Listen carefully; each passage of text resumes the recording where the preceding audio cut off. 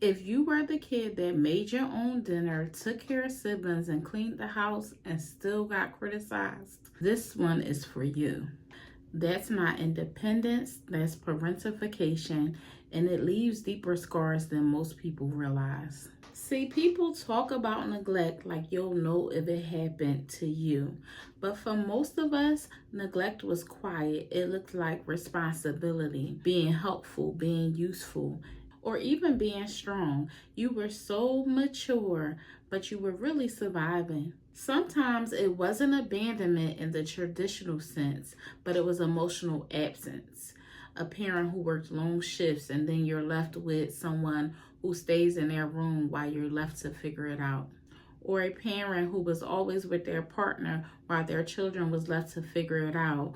Or maybe a parent who dismissed your emotions as being sensitive or dramatic. Let me give you some signs so you can recognize if this was your experience.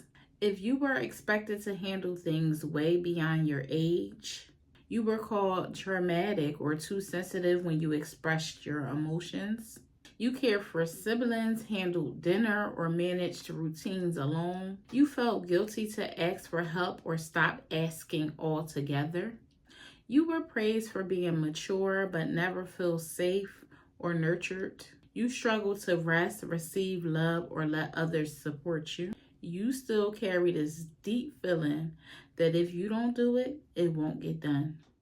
If any of that feels familiar, keep watching. You're not broken, but you were unparented.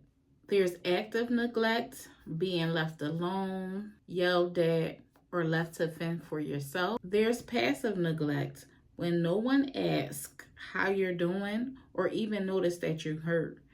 You become invisible in plain sight. And that's where parentification begins. Psychologically, parentification happens when a child is forced into an adult role at an early age. It can be physically, emotionally, or both. Instead of being cared for, you become the caretaker, and the world praises you for surviving without acknowledging the damage it caused. And listen, this doesn't always happen the same way.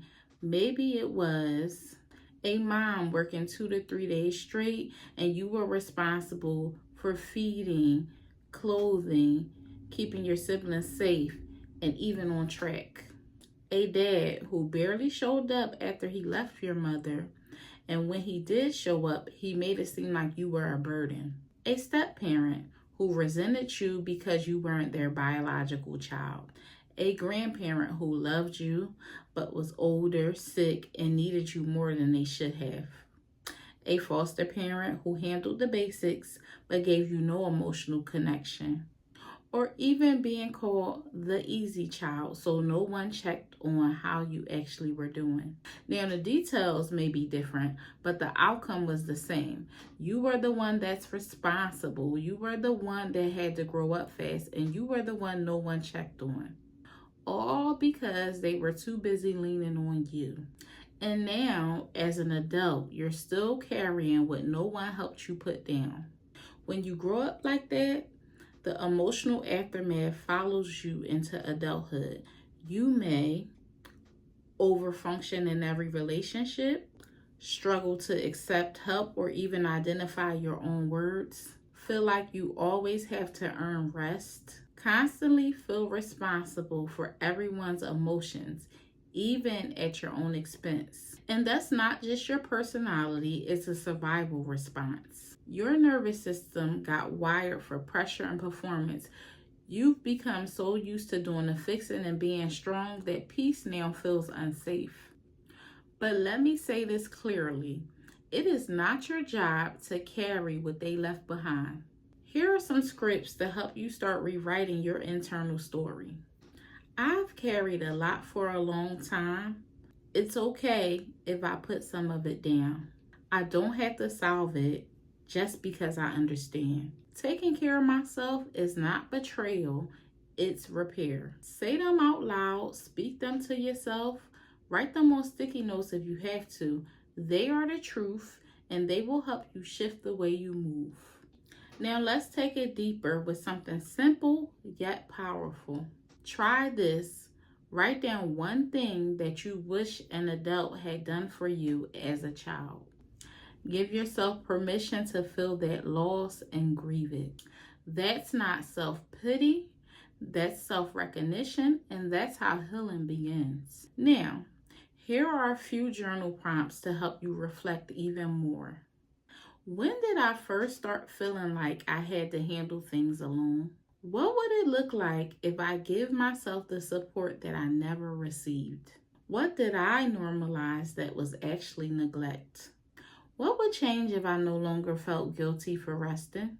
You may not have been parented the way you needed, but now you get to parent yourself with gentleness, with clarity, with boundaries.